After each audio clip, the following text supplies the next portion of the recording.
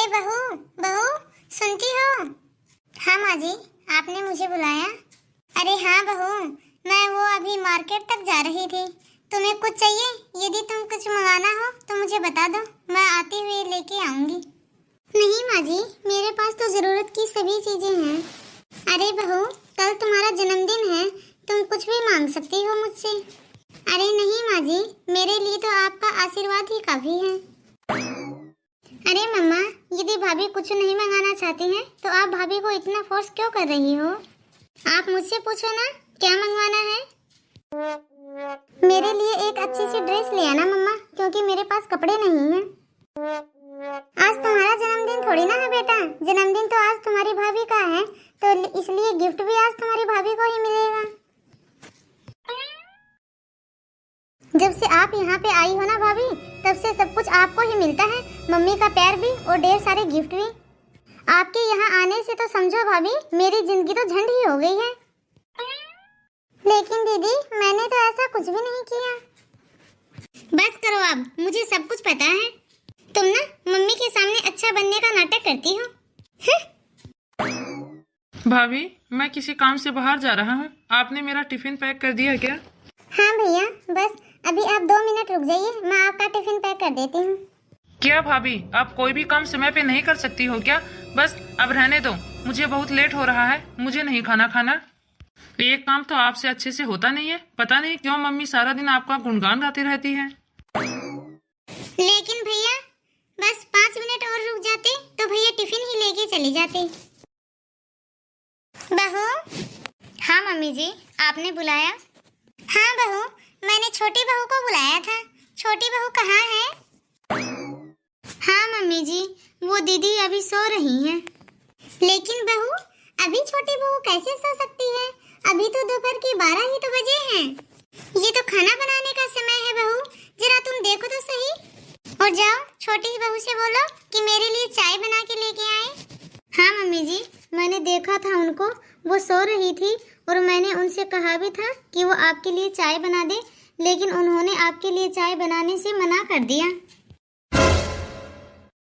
लेकिन बहू क्यों? छोटी बहू ने मेरे लिए चाय बनाने से मना क्यों कर दिया? पता नहीं क्यों माँ जी, अब ये तो वो ही जाने। आजकल वो कोई भी काम नहीं करती है और ना ही कोई बात मानती है। आजकल तो घर का सारा काम मैं अकेली ही करती हूँ। खाना बनाना, कपड़े धुलने, झाड़ू पोछा, बर्तन, आजकल घर का सारा काम मैं ही तो करती हूँ। उसको तो बस एक ही काम आता है मम्मी जी, आपकी नजरों में अच्छा बनना। आप जब घर में रहती हो तो आपके आगे पीछे घूमती रहती है, और जब आप घर से बाहर चले जाते हो तो अपने कमरे में जाके सारा दिन बस सोती रहती है। वो तो बस आपके सामने काम करने का नाटक करती रहती है, ताकि आपकी नजरों में अच्छी बनी रहे।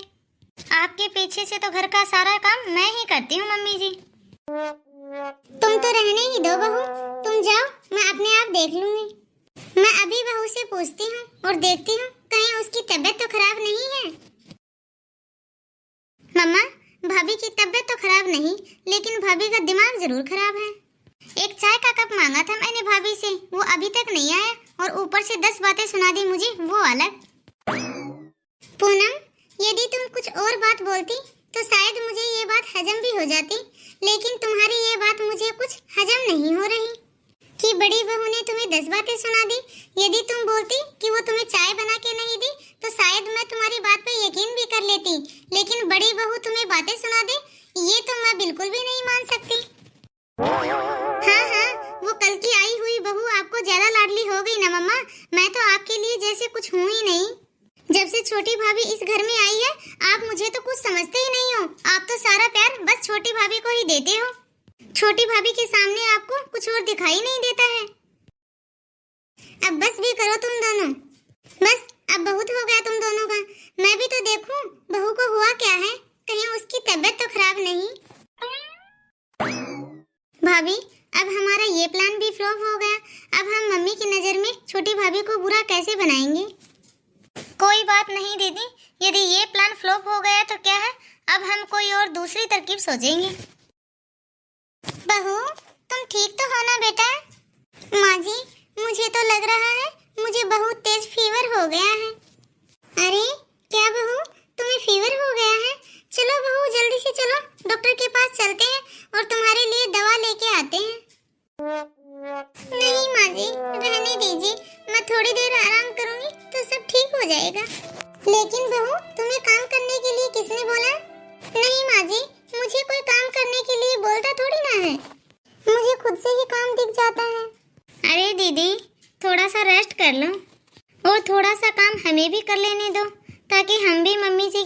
इसकी तारीफ सुन ले।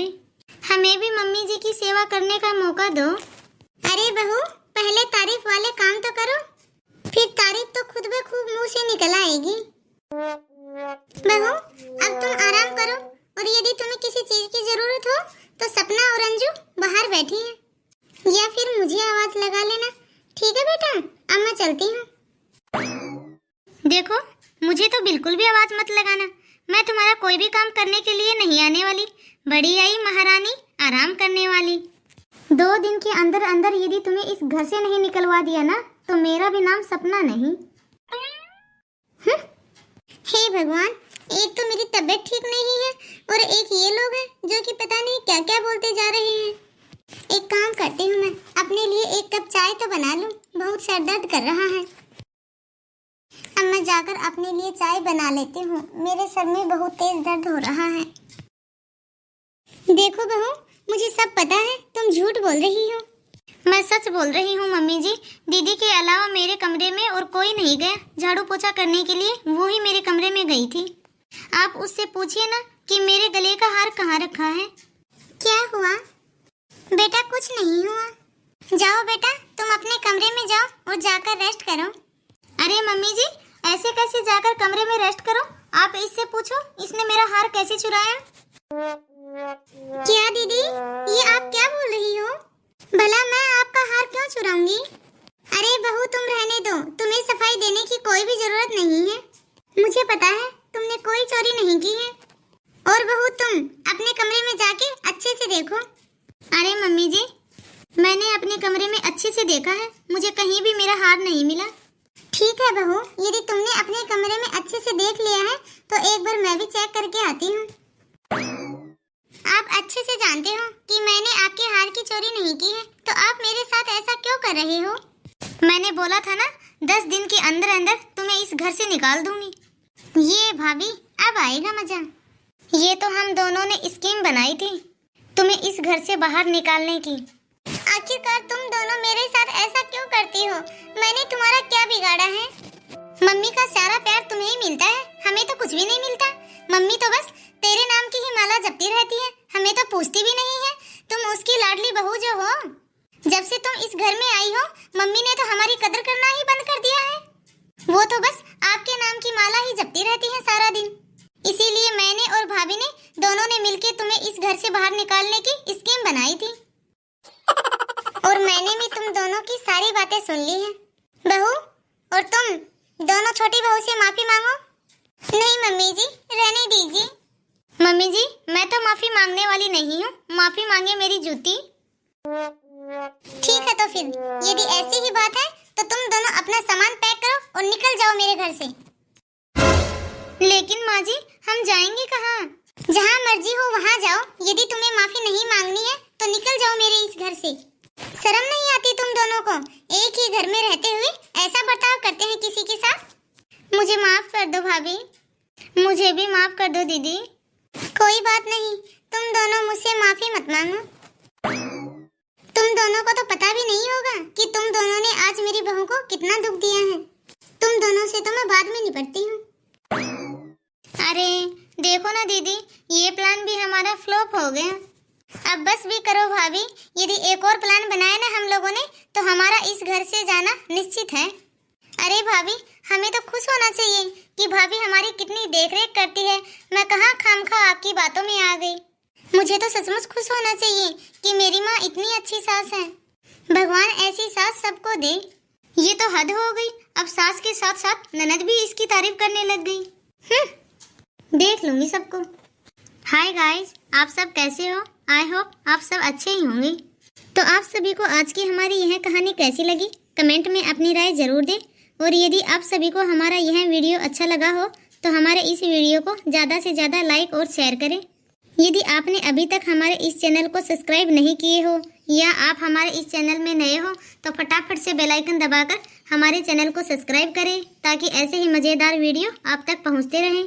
और वीडियो को देख के अच्छे अच्छे कमेंट करें ताकि हमारा मनोबल बढ़ता रहे और हम आपके लिए इसी तरह के नए नए वीडियो लेकर आएँ। तो ज़्यादा से ज़्यादा इस वीडियो को लाइक और शेयर करें। तो धन्यवाद दोस्तों, मिलते हैं अगले वीडियो में।